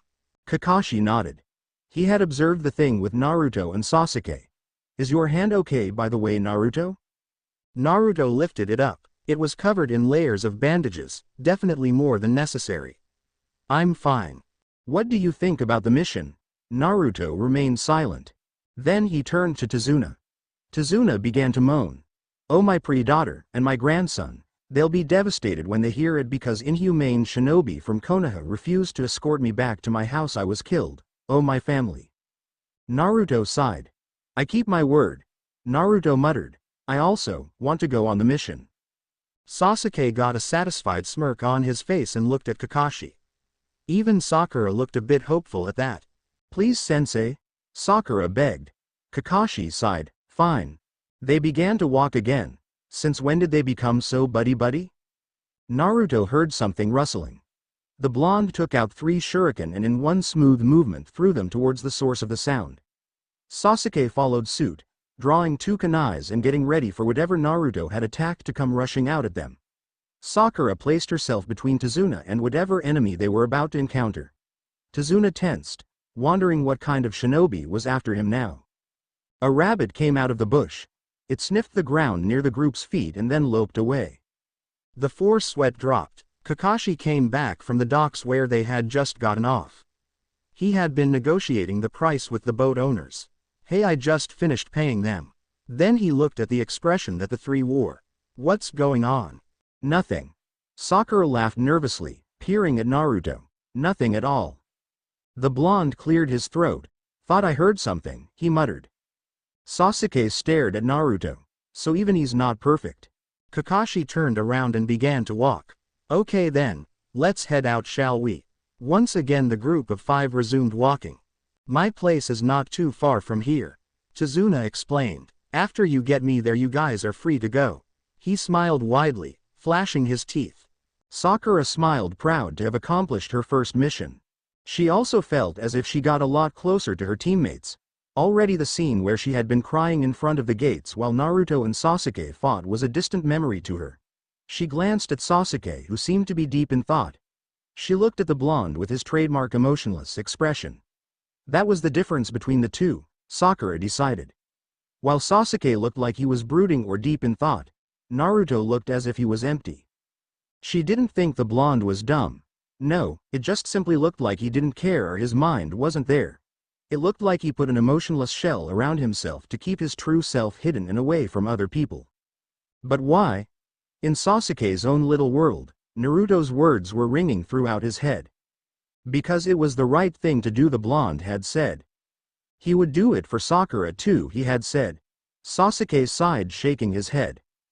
Did that mean despite Naruto's cold exterior and sharp words, he cared about them? But his words didn't say he cared about them. He said it was the right thing to do. Strangely, the words the blonde said had a power of their own.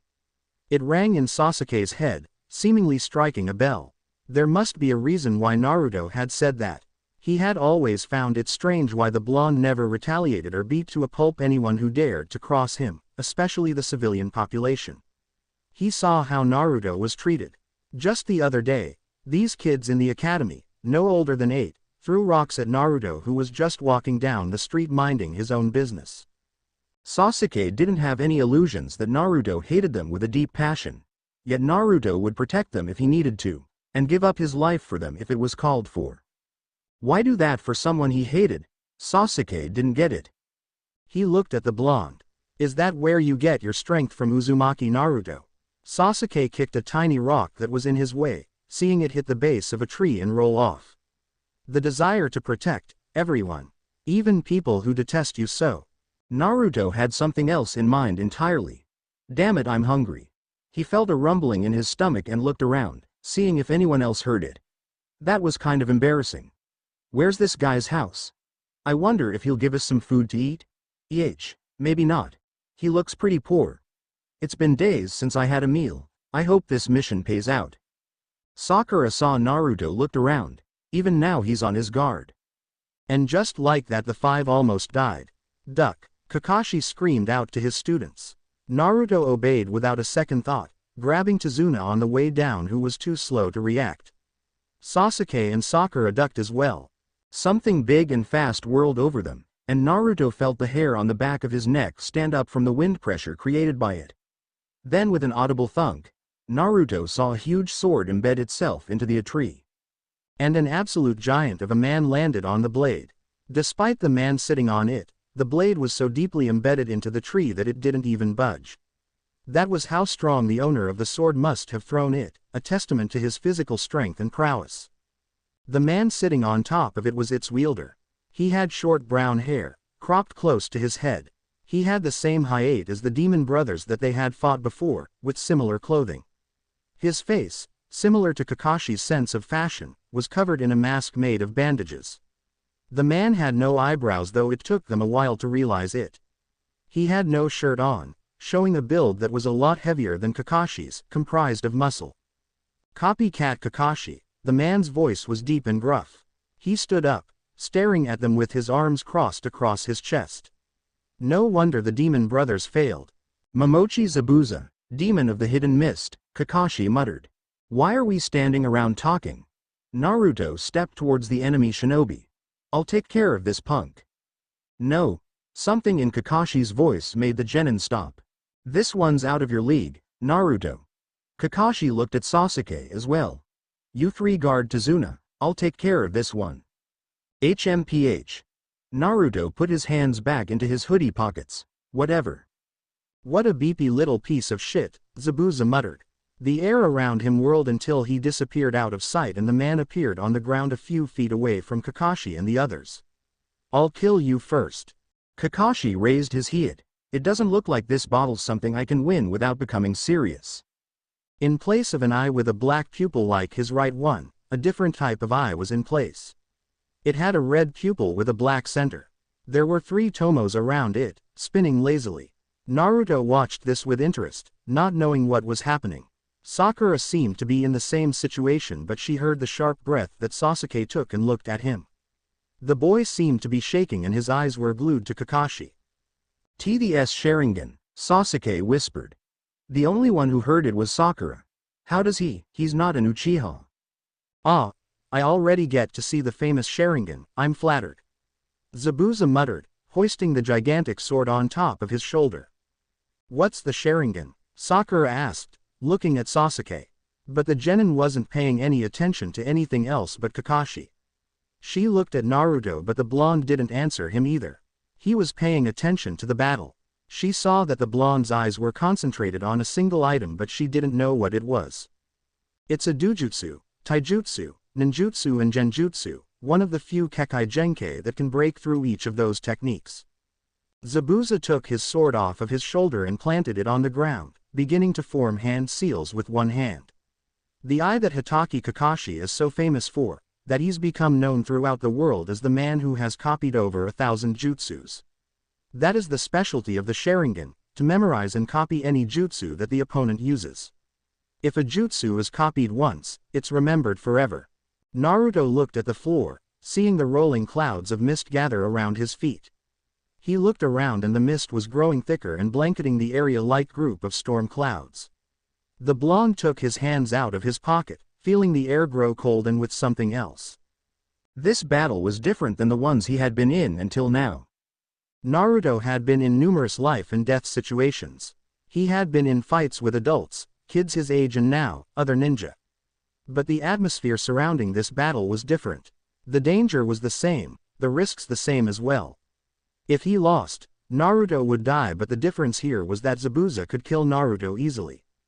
Zabuza was quite frankly way above Naruto's league. The blonde looked at his hands and found them shaking. His blue eyes widened as he looked at Sakura and Sasuke. They were shaking as well. Sakura was hugging herself, looking only at the floor, trying to find some semblance of stability in the mist clouds that were growing thicker. Sasuke was gripping a kunai in one hand, but he was no longer looking at Kakashi like before. His eyes were flickering all over the place, fear evident in them, looking all over the place for where Zabuza might attack from. Naruto gulped and looked at his hands again. So this is killing intent. Guys, pull yourselves together. Kakashi's voice snapped through the mist. Naruto looked up, as did the other two. Kakashi's words were like a lightning rod, gathering their attentions and focusing it on one point. In Sakura and Sasuke's case, it was literally a single ray of sunshine piercing through the dark clouds of fear in their mindscapes. For Naruto, it was a reminder that it was no time to let his mind wander. I won't let you guys die, no matter what. Naruto closed his eyes, letting himself find brief comfort in the safety and the confidence of those words. Kakashi wasn't someone to give empty words of assurance to them.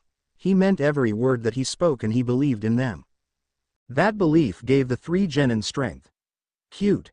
Zabuza's voice rang through the mist. Kakashi looked around, trying to discern which direction the demon's voice had come from, but it was near impossible.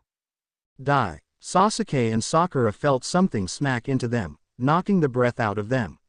Sakura had no idea what hit her, but she let herself be carried away.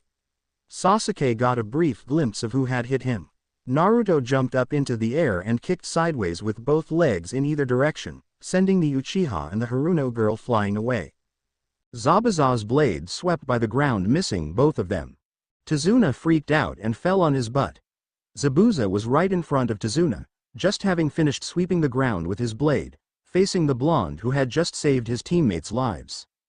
Zabuza spun, drawing the blade behind him, and raised it, slicing the air in front of him in a vertical cut. Naruto sidestepped the vertical strike, but not fast enough. He felt a few strands of his hair float down. The blonde spun sideways, rushing towards Zabuza, getting close to him within seconds.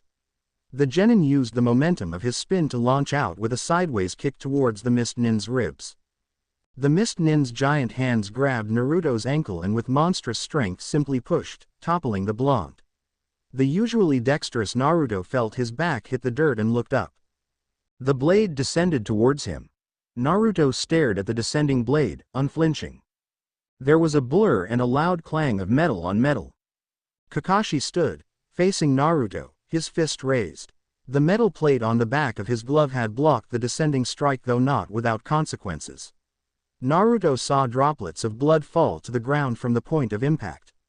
Kakashi's other arm had a kunai at Zabuza's neck. Zabuza had used both arms to slice downwards towards Naruto and was glaring at the copycat ninja. If Zabuza leaned forward any more, the kunai would have pierced his throat. Kakashi smiled at Naruto. Good job, Naruto. You're finally starting to act like a real shinobi. He looked at Zabuza from the corner of his eye. It's over, give up. Zabuza's mouth curved into a smile from beneath his mask. Then he exploded into water. Kakashi's eyes widened. When did he? Kakashi jumped into the air, his legs spread to either side as he felt the blade nick the bottom of his shoes. Naruto ducked underneath the slash and grabbed Tazuna, rolling away from the battle and standing up, his attention never wavering from it. Naruto watched as Kakashi tried to turn around. But Zabuza had slashed first and Kakashi's back was to him. Zabuza's sword hit the ground, and Naruto realized to his shock that the mist nin wielded it with one hand. He wasn't surprised at Zabuza's strength. No, he was watching Zabuza's legs and he knew what was coming. Sensei. Naruto called out, but it was too late. Zabuza, his right arm behind him holding onto the blade, used the momentum of the swing to kick with his left leg. His shin hit Kakashi's own, however Kakashi was in midair. Kakashi spun sideways, losing control of his fall. Then Zabuza switched grips, letting go of the sword with his right hand and grabbing it with his left. As he did, he lashed out with his right leg, kicking Kakashi in the back and sending him falling to the small lake in front of them. Kakashi felt Zabuza's kick strike his back and felt himself flying into the water before feeling the water hit him in the back. Zabuza was already next to him, forming hand seals with one hand. "It's too late," Zabuza muttered to Kakashi, peering at the copycat ninja from the corner of his bloodshot eyes. Suiten. Suiro no Jutsu. Water release, water prison technique. Crap, the water's heavy. Kakashi tried to move within the prison but felt the water weighing him down. The weight of the water had been increased by Zabuza and this technique. Kakashi felt his arm move, but it felt as if he was wading through wet cement that was beginning to harden. He cursed and looked at Zabuza, seeing the smug grin on his face. Sakura observed this, growing horror on her face. She looked at Sasuke, who was getting up with a grimace on his face. The Uchiha shot a brief look at the blonde full of irritation. But Naruto wasn't paying attention to them. He had his eyes glued to the two Junins. Because his eyes were covered by his bangs, it was hard for her to gauge his reaction, but even Naruto seemed to be worried at this new predicament. He had pursed his lips and his hands were shaking. Naruto had just experienced the difference in strength between him and Zabuza. "I could have died just now." Naruto looked at his hand, which had resumed its shaking. He's on a whole different level from the Demon Brothers. He even has Kakashi beat right now. How the hell are we supposed to get him free? Zabuza formed hand seals with one hand again. The water in front of him began to clash and struggle, before it congealed into a solid form, creating an identical copy of Zabuza, the sword and all. It began to approach towards them, taking one lumbering step after another. "Run!" Kakashi yelled out from the water sphere. "You can't beat him." Kakashi's voice came out muffled and weirdly contorted by the water prison, the liquid which had its density increased to more than 10 times the normal amount. Naruto glanced at Tazuna. The old man looked scared and even seemed resigned in a way. He looked at Sasuke and at Sakura. They were looking at him. He had to make a decision. Would he fight against this monster who he had a snowball's chance in hell of beating? Or would he run? Naruto closed his eyes. His whole entire childhood was comprised of running. Stealing a stray fish or vegetable off of a citizen's shop and running. Those had been horrifying times, but now that he looked back on it, it was a simpler time. He had run away from drunkards who had come to him with frying pans, large sticks and knives. He had run away from other kids when he was younger, always being pelted by pebbles and other things. Once he had beat up a kid. The kid went home crying to his mother, who asked him if he was okay and said she'll make him his favorite food. Naruto, when he was beaten or bullied, went home and crawled into his closet hiding from the men who came at night. He never had a friend before in his entire life. No one ever babied him or asked him if he was okay. No one had ever protected him or cared about him. He had been a weakling who knew not a single thing about protecting oneself or protecting other people. He had been a coward. He had run his whole entire life. But hadn't he made a promise to himself that he'd stop running once he became a shinobi? Naruto opened his eyes, staring right at Zabuza. He was done running. "Sasuke, Sakura." Naruto's voice was clear and it was rid of any doubts that he had before. His mind was clean now. Kakashi saw the rapid change in Naruto's expression. Where his eyes were full of fear and doubt just moments before, now it was clear and full of confidence. "Back me up," Naruto muttered. Sakura barely had any time to register what he had said before the blonde charged towards the Junin. Zabuza looked at Kakashi in the water prison. "Your student is about to die. How does it feel to be powerless?" Kakashi shook his head. "You don't know what you're getting into." The clone raised his sword to cut Naruto in two. However, the blonde, though nowhere close to the clone, kicked upwards. And sand flew through the air.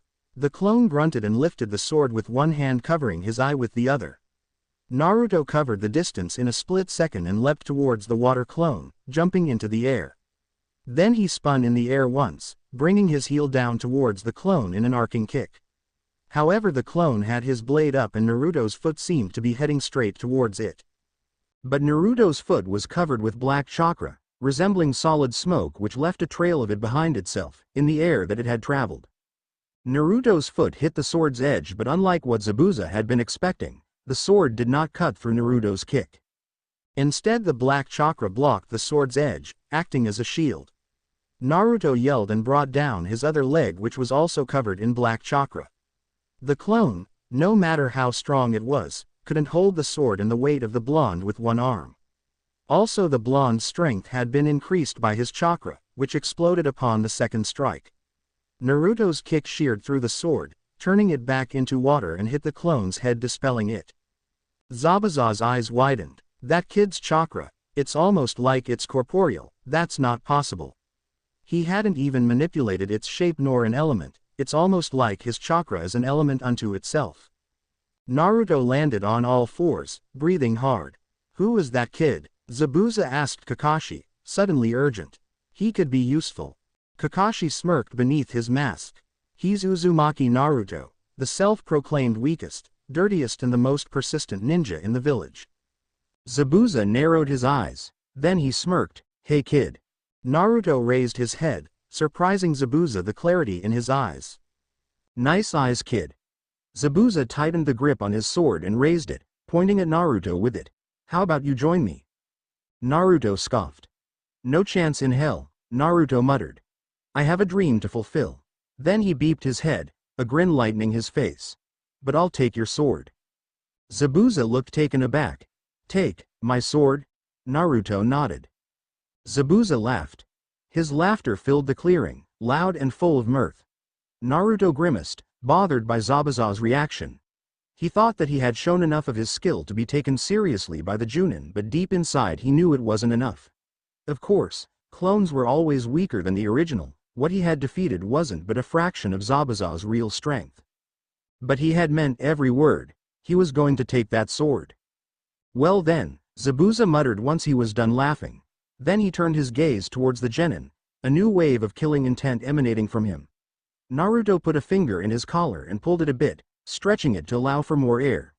He looked backwards, wondering if Sasuke and Sakura were affected by the killing intent as much as before. They weren't. Instead, both of them looked at him and nodded. Shall we begin? Zabuza finished. Naruto didn't need a better cue to start. Now, Naruto yelled and ran towards Zabuza, taking out a few shuriken and throwing it towards the missed Junin. Zabuza held his sword in front of him, blocking the small thrown weapons with the flat of the blade, which was wide enough to cover his whole body. One of my most prized possessions, Sasuke muttered, taking something out of his bag. Sakura glanced at it and saw that it was a ring with a blade on it. However, when Sasuke held it by the ring and flicked his wrist, the blades unfolded, revealing 3 additional blades. Sasuke held it across his body, looking through the ring in the center. Fuma Shuriken.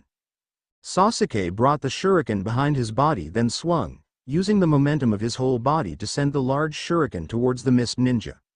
The shuriken curved in the air before heading towards Zabuza, the sound of it cutting the air filling the clearing like an insect's buzz. Naruto ran towards Zabuza, and when he reached the water's clearing he jumped, flipping forward and descending towards Zabuza with his heel once more, one leg slightly behind the other. Choose, Sasuke whispered. My shuriken, or Naruto's kick. Zabuza smirked. When the shuriken reached him, Zabuza grabbed it out of the air, shocking both Sasuke and Naruto. He caught it. Sasuke thought with shock, and it was evident upon his face. Zabuza grinned with satisfaction. Until Sasuke smiled. What he had thought was a shadow of the Fuma Shuriken was another Fuma Shuriken, and it cursed upwards, shooting right towards Zabuza's abdomen. The missed Junin jumped into the air, letting the Fuma Shuriken pass right below his feet. Zabuza looked a bit surprised, but as he landed he got a sense of composure again. He unfolded the shuriken, getting ready to throw it towards the genin. He swung it behind him, his shoulders moving into motion to toss it. Then he remembered Naruto. Shit, the blonde. There's no time. Zabuza brought his sword up, with the blade's edge facing upwards. But it wasn't Zabuza that Naruto's heel descended upon. It was the water prison. Naruto thought back to the training that he had with Kakashi when he had broken the huge log. He concentrated chakra to his heel, and perhaps for the first time, saw the tendrils of shadow covering it. The blonde was shocked at this and looked at his other leg, which he was also channeling chakra to. It was also wrapped in darkness, leaving residues of itself behind like smoke when one waves a large fire around. Naruto ignored that fact, seeing the chakra flicker, pushing it into the back of his mind for later. And his heel slammed into the water prison, then his second heel. With a loud sound of water hitting water, reminding them of a waterfall, the prison broke. Zabuza, whose vision had been obscured by his own sword, looked down to see the water prison broken and immediately stopped channeling chakra into his hand. He cursed and grabbed the blade with both hands, swinging it down towards the blonde who was halfway submerged in the water. Kakashi blocked it again, using the metal plate of his glove. He smiled at Zabuza. You should know by now, this one doesn't like to play fair. Zabuza leapt away, snarling with rage. His eyes were bloodshot, red filled to the rims. Zabuza grabbed his blade and put it on his back, hoisting the blade through a belt on his back. The man began to form hand seals. You don't know water walking yet, so I'll give you a little help. Naruto. Kakashi had one eye closed. The only thing he was looking the world with was his Sharingan. He kicked Naruto in the back, sending the blonde back to the shore to watch with Tazuna, Sasuke and Sakura. Naruto landed but turned around just as fast, staring at the battle that was taking place before them. Sweden. Suiryuden no Jutsu. Water release. Water dragon bullet technique, said Zabuza, finishing his hand seals. The water around him began to swirl and rise, getting violent and creating whirlpools and tidal waves. Then something gigantic, almost out of a fantasy book, rose out of the water. It was a dragon formed completely of icy cold waters of the lake. It roared as it rose into the sky, before heading towards Kakashi in a downward spiral. Sweden. Suiryuden no Jutsu. Kakashi said at the same time. The water around him simply swirled, creating something that looked like a whirlpool. From the center of the whirlpool came a dragon of equal size with Zabuza's dragon, except that his had blue eyes. The dragon roared before ascending towards Zabuza's technique, both of them clashing and sending waves of water in all direction. The meeting of the two dragons was so violent that water droplets flew into the air, creating waves large enough to hide the two shinobi from view. Sakura covered her eyes from the falling water droplets, trying to glue her eyes to the battle. Damn it, stop copying me, Kakashi finished. What? Zabuza's eyes widened in shock and anger, a mixture of the two.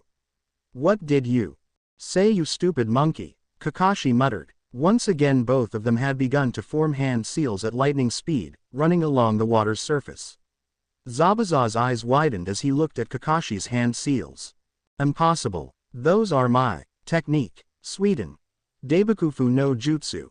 Kakashi yelled, sending a rippling ride of water towards Zabuza. As it traveled an increasing amount of distance, the tide of water seemed to gather more of its kind to itself, becoming bigger and bigger. Eventually Zabuza was facing a large wall of water that was well over 20 or even 30 feet tall. Zabuza screamed in anger. Instead of sending his technique in a straight line, he diverted his chakra to surge upwards. While Kakashi's jutsu descended downwards like a tsunami, Zabuza's technique soared into the sky as a pillar of water. The pillar hit Kakashi's technique with the same amount of chakra, but there was a difference.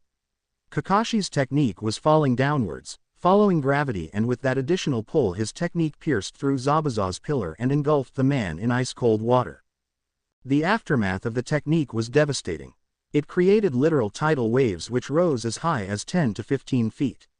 However, Kakashi had been running sideways, luring Zabuza with him, towards the center of the lake. The tidal waves diminished long before it hit the genin, only serving to soak them from head to toe, but no other harm came to them. Zabuza was launched from the center of the lake, passing right by the group of bystanders and hitting a tree. Kakashi rushed out of the water as well, holding a single kunai in a reverse grip. Time to die, Zabuza.